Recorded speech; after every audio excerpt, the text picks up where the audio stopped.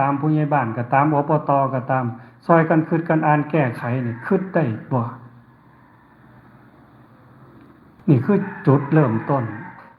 คันเฮาปล่อยแล้วแต่มันสิเป็นหัวมันสิหักมันสิเอ็นมาใส่หัวทางก็แล้วแต่ก็สร้างบ่ไปบ่มาจิตใจมันมืดเกิน